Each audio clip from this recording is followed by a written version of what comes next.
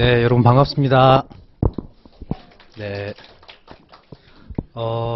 많이 기대되고 설레기도 하고 그랬어요, 저는. 여러분들도 그러셨죠? 네, 제가 사실 꾀꼬리 같은 목소리를 들려드려야 되는데, 지금 조금 감기 기운이 있어서, 평소와 좀 다른 목소리인데 좀 양해 좀 해주세요. 다음 주부터 이렇게 정상으로 회복해서 이렇게 오겠습니다. 뭐 물론 지금이 더 나을 수도 있어요, 목소리가. 자, 오늘 자료가 세 가지가 나갔는데요. 우리 강의 계획서부터 간단히 좀 오리엔테이션을 제가 하고, 그리고 오늘 한 2시간 반 정도는 이 나눠드린 자료 있죠. 여기에 대해서 제가 좀 설명을 드릴 거예요. 미리 좀 알아두면은 앞으로 행정장애 송법 공부하기 편한 그런 개념들이니까. 자, 강의 계획서 한번 펴보십시오. 조금 제가 예전에 공지했던 강의 계획서하고 조금 변경이 있습니다. 예. 자, 이번에 좀 심플하게 나갔는데 3번부터 볼게요. 앞에 보면 기타 있죠. 기타. 자, 본 강사는 쭉 읽어보시면 공인노무사 시험을 동차로 합격을 하고, 그리고 3기까지 저는 공인노무사 행정쟁송법만 강의를 합니다. 네. 뭐 다른 데서 안 불러줘서 강의 안 하는 거 절대 아니고요. 예. 그리고 현재 노동관계 행정쟁송을 주로 수행하고 있습니다. 예. 뭐 해고, 산재, 뭐 차별시정, 부당노동행위, 그리고 11월 달에 시작할 사건들은 부당전보, 부당정직 지금 기다리고 있습니다. 예. 그리고 지금도 노무사 현업을 하시는 분들하고 계속 같이 여러 가지 하고 있습니다. 그래서 우리 그 합격생들을 진로 상담을 제가 좀 할 생각이에요. 예. 아무래도 여러 가지 길들을 제가 경험을 했고 정보들이 있어서 합격생들, 물론 이제 제가 강의 안 들은 합격생에게 정보를 주지는 않을 거예요. 예. 그렇게 지금 할 예정이고요. 자, 요 문구들을 보시면 이게 제가 왜 써놓은 것 같으세요? 이게 뭐 그냥 아무 이유 없이 쓰진 않았겠죠, 그죠? 이거 딱 보면 제가 자랑하는 것 같아요. 저를 감추려고 하는 것 같아요. 자랑이에요, 자랑. 자, 그래서 제가 좀 제 이야기를 조금만 하겠습니다.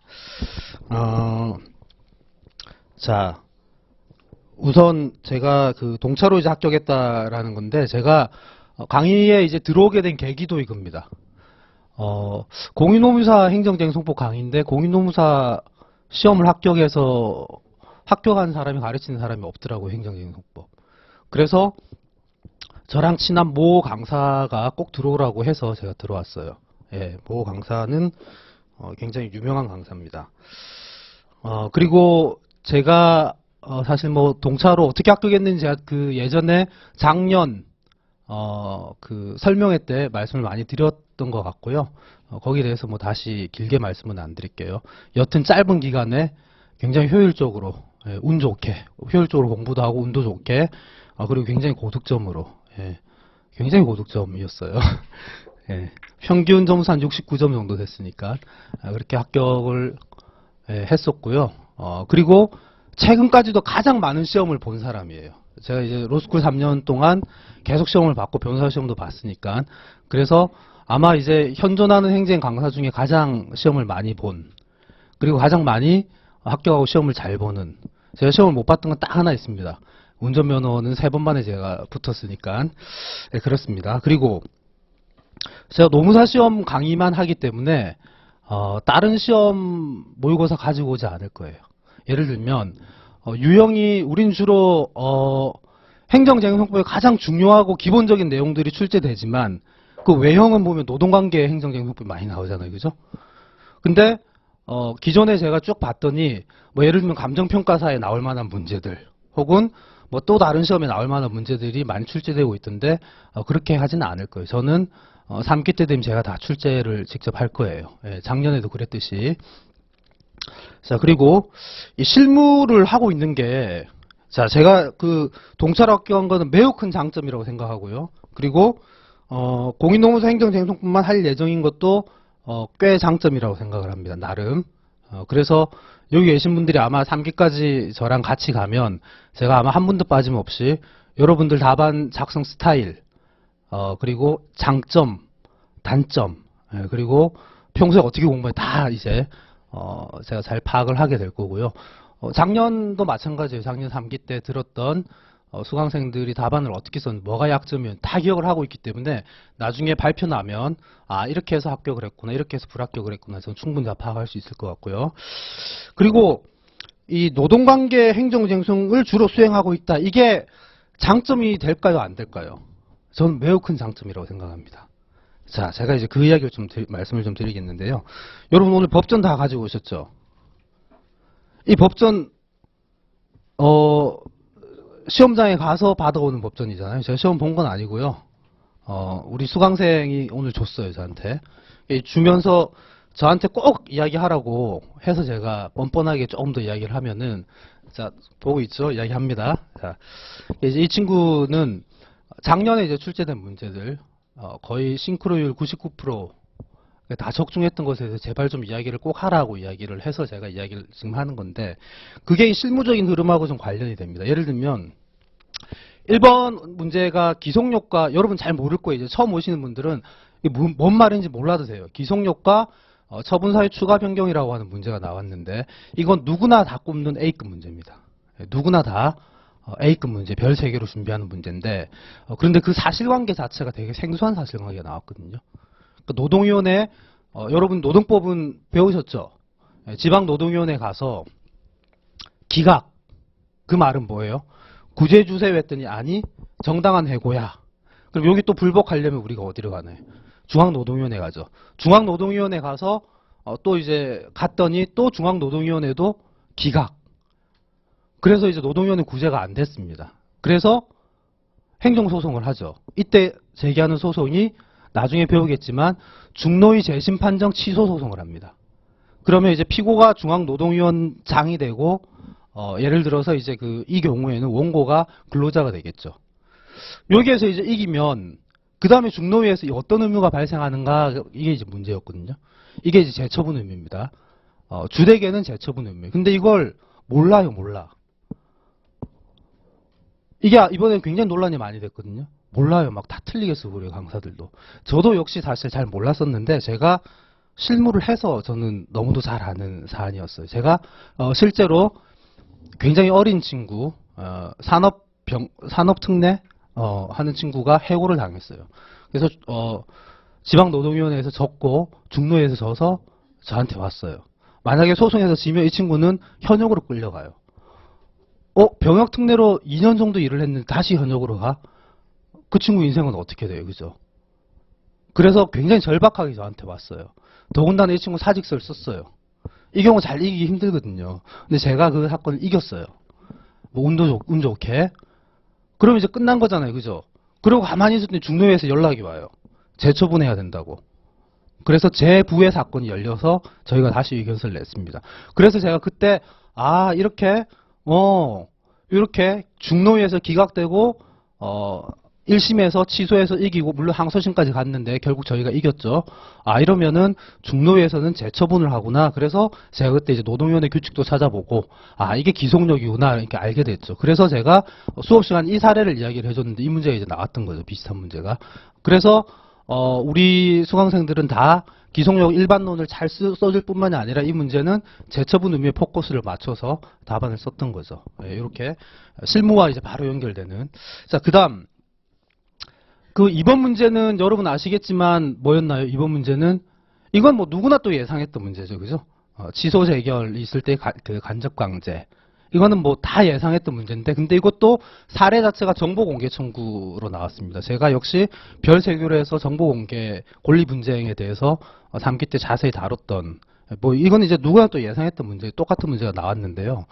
이것도 여러분들은 이제 나가시면, 오늘도 제가 정보 공개에 대해서 이야기를 할 건데, 나가시면 정보 공개는 매우 자주 하게 될 겁니다. 예. 정보 공개는 이 법에 명문으로 규정되어 있어요. 정보 공개 청구권이.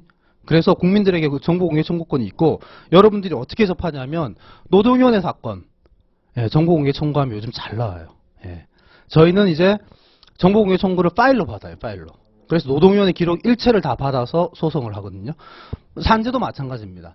정보 공개 청구하면 바로바로 나오죠. 근데 이때 이제 거부를 하게 되는, 정보 공개는 제가 거부당한 적이 없어서 사실 뭐 직접 해보진 않았지만 거부를 하게 되면 취소 심판을 가게 되는 거죠. 그래서 이거는 누구나 예상했던 2017년도에 법이 개정됐기 때문에. 자, 마지막으로 이제 3번. 이게 가장 말 많고 탈 많았던 문제죠. 3번은 제가 이제 역시 당사자 소송이 나왔는데 이건 역시 이제 A급 별 3개로 해서 오랫동안 제가 다뤘습니다. 그 이유가 있습니다. 이유는 제가 이제 일을 하다 보니까 제 주변에 주로 이제 친한 사람들이 노동 관련 소송하는 사람들 그리고 노무사들. 근데 최근에 민사소송으로 제기했다 각하당하는 경우가 너무 많은 거예요. 이건 뭐지? 심상치 않다. 공법상 당사자 소송이 최근에 늘어나고 있네. 판례도 많아지고. 예를 들면 이게 비단 노동관계뿐만이 아니라 예컨대 사립학교 학교폭력 사건이 있으면 이건 당연히 사립학교니까 민사소송으로 갔잖아요. 그죠? 최근에 대구인가요? 고등법원에서 이거 당사자 소송으로 해야 된다고 해서 이것도 각하한 사례가 있거든요. 그래서 제가 그 사건을 보면서 야, 이게 이제 실무적으로 지금 공법상 당사자 소송이냐 민사소송이냐 구분하는 것이 매우 중요한 문제가 됐다. 이런 이제 생각을 했고, 그리고 더군다나 저희 출제가 안 됐더라고요. 그죠? 그래서 당사자 소송 당연히 A. 무조건 나온다. 그러면 문제의 형식이 뭐가 될 것이냐. 설마 시시하게 당사자 소송 약수라라. 이거는 최근에 출제 경향이 안 맞아요. 그러면은 이 소송은 무엇을 제기해야 되는가? 이것도 너무 쉬워. 어렵게 문제를 꼬면 뭐가 나올까? 그래서 제가 출제했던 게 고용 산재보험료 부존재 확인 소송의 법적 성질에 대해 설명하라라고 2기 때 7회 때 문제를 냈어요. 이번에는 취득세 부존재 확인 소송의 법적 성질을 설명하라잖아요. 그죠? 제가 당시에 문제를 냈을 때는 역시 판례 사안에 우리 판례를 보면 여러분 판례를 보면 판시 사항에서 위에 이렇게 제목 같은 게 있어요. 뭐해서 법적 성격 그리고 밑에 이제 판시 사항에서 쭉 이렇게 뭐는 뭐고 이렇게 이제 설명이 나오거든요. 요게 이제 문제로 나온 거예요. 저도 이걸 출제를 했던 거고 이거 똑같은 문제죠. 그런데 당시에 이제 출제를 했더니 대부분이 잘 못 썼어요. 왜? 그냥 당사자 소송은 다 공부하지. 그리고 대부분이 요즘 봤던 형식적 당사자 소송 공부 많이 하더니 그건 저는 안 나올 거라고 확신을 하고 있어요. 왜냐하면 이게 예전에 나왔던 건 법이 개정되고 나서 나왔던 거예요. 근데 지금 이제 이게 중요한 게 아니니까. 그래서 이 문제를 제가 냈더니 다 못 썼어요. 그때 멘붕이 왔었어요. 아니 법적 성질을 도대체 뭘 쓰라는 거지? 그게 민사냐 행정이냐, 행정 중에서 항고냐 당사자냐라는 거를 구분해서 논증하는 문제였던 거죠. 그래서 이때 그 문제를 다뤘던 우리 수강생들은 다 잘 썼던데, 그리고 이제 무효확인 소송으로 많이 썼잖아요. 그죠? 근데 무효확인 소송을 부존재 확인 소송으로 제기되는 실물에는 거의 없어요. 누가 그걸 해요. 그죠? 부존재 확인 소송은 곧 당사자 소송인 거죠. 그래서 제가 최근에 이제 지난주 금요일 날 작년 수강생 3명이 저희 사무실에 찾아왔어요. 그래서 같이 당구 치고 볼링 치고 술 한잔 마셨는데 산문 어떻게 썼냐 했더니 한 명은 우리 2기 7회 문제라서 그대로 썼다. 그다음 또 한 명은 그때 2기 7회 때 모의고사를 못 봤어요. 그때 수업을 못 나와가지고. 그래서 이제 이 서브노트를 제가 마지막에 이제 나눠줬는데 그 친구는 서브노트를 보면서 아니 왜 이 당사자의 별이 3개가 돼 있지?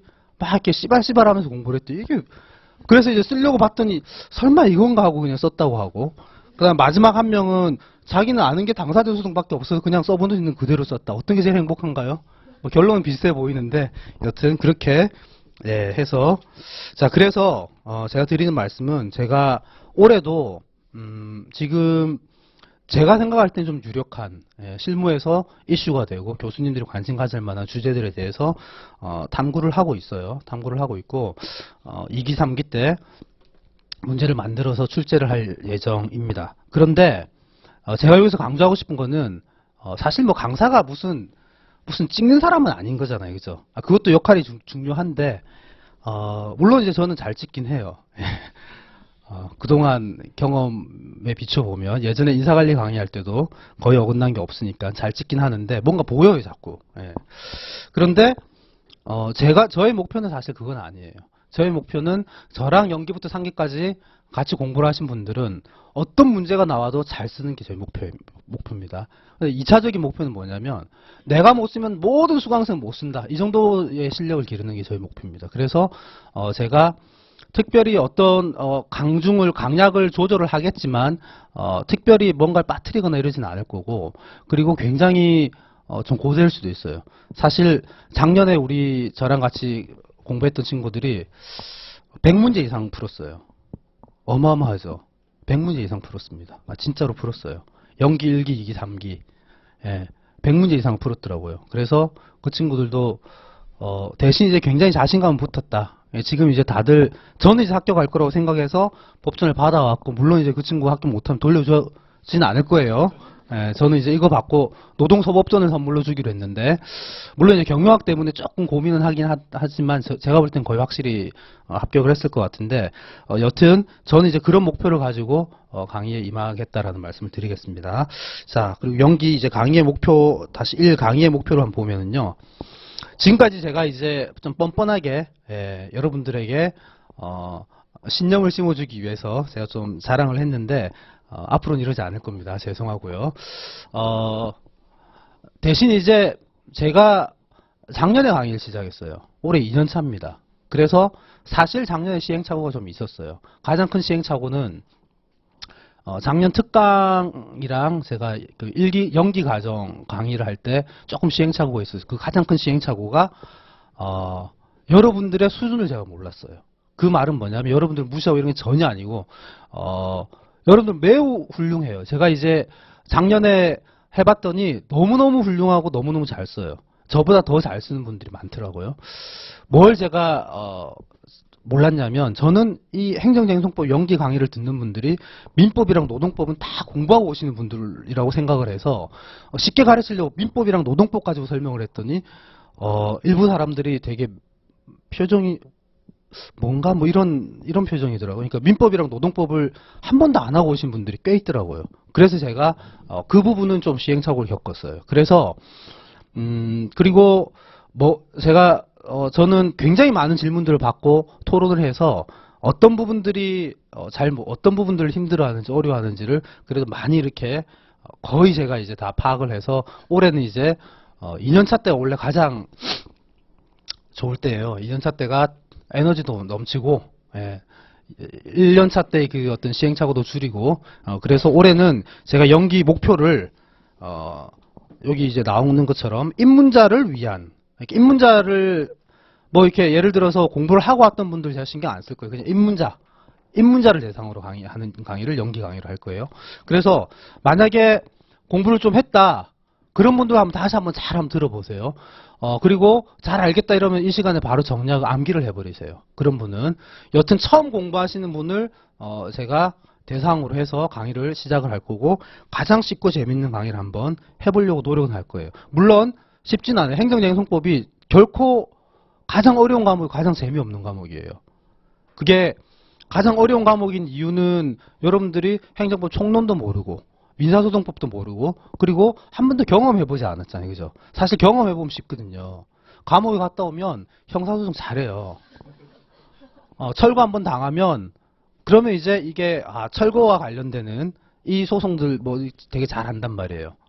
근데 여러분들은 그런 경험이 하나도 없잖아요. 다 보니까 되게 곱게 잘하신 분들이네요. 몇 분 빼고. 저는 사실은 이런저런 경험을 많이 해봤거든요. 경찰서에서 잡혀가서 뭐 48시간 있다가 나오기도 하고 뭐 등등 여러 가지. 그래서 이제 어려운 거예요. 그래서 제가 실무적인 이야기들을 곁들여서 이렇게 하면 훨씬 더 그래도 쉬울 거고 그리고 재미가 없어요. 행정쟁송. 왜냐하면 이거는 절차법이잖아요. 그죠? 다른 실제법은 재밌어요. 내용이 있잖아. 형사소송법은 얼마나 재밌는데 막 칼로 찌르고 피가 어떻게 뭐 이렇게 낭자 뭐 이런 게 막 나온단 말이에요. 그리고 노동법도 회사에 갔더니 뭐 되게 재밌잖아요. 그죠? 행정쟁송법은 그런 스토리가 없어요. 그래서 재밌을 수가 없어요. 그럼에도 불구하고 제가 가장 쉽고 재밌게 한번 해보겠다라고 목표를 세웠습니다. 그 다음에 두 번째 있죠. 스스로 학습할 수 있는 힘을 길러주는 강의. 저 이거 굉장히 중요하다고 생각하는데 제가 로스쿨 다닐 때 저는 사실 일하다가 갔으니까 좀 나이 들어서 갔잖아요. 그죠? 물론 이제 지금 그다지 들어 보이진 않겠지만 나이 들어서 갔는데 그래서 너무 행복하게 공부를 했었어요. 근데 어린 친구들을 봤더니 다 이렇게 동영상 강의를 듣고 있더라고요. 동영상 강의 듣는 건 너무 좋아요. 저는 한 번도 들어본 적이 없어요. 들을 시간이 없고 체력도 안 되고 이러니까 짧게 해야 되기 때문에 그거 언제 다 듣고 있어요. 근데 듣는 것까지는 좋은데 그걸로 끝나면 절대 안 됩니다. 다시 말해서 제가 작년에도 말씀드렸는데 지금은 같이 공부하는 게 맞아요. 강의를 듣는 건 맞는데 이걸로 끝나면 절대 안 돼요. 아니 강의를 여러 번 듣는다고 해서 여러분들이 시험장에 가서 문제를 보고 쓸 수 있나요? 그거 절대 아니거든요. 강의를 듣더라도 듣는 것 이상으로 혼자서 생각하고 정리하고 고민하고 질문하고 말하고 써보고 토론하고 이런 과정이 되어야 됩니다. 그래서 그냥 듣고만 이렇게 멍하니 이렇게 지나가면 절대 안 돼요. 연기 일기 때 특히 시간 좀 있을 때 책도 열심히 읽고 음미하고 머리가 좀 아파야 됩니다. 지끈거릴 정도로 고민을 해야 됩니다. 편하게 공부하면 절대 안 돼요. 그래서 제가 최소한 이 강의 끝나고 나면 여러분들이 바로 완벽하게 답안은 못 쓴다 하더라도 법전을 보면은 스스로 해독할 수 있는, 이게 처음에 볼 때는 외교란 말이에요. 책을 보면 읽을 수 있는, 혼자서 이 정도까지 만드는 게 저의 목표입니다. 연기. 자, 그래서 그래서 강의의 내용은 합격을 위한 훌륭한 공부 방법과 습관. 저는 이게 매우 중요하다고 생각합니다. 연기 때. 예, 그래서 제가 이것저것 이야기 많이 할 거예요.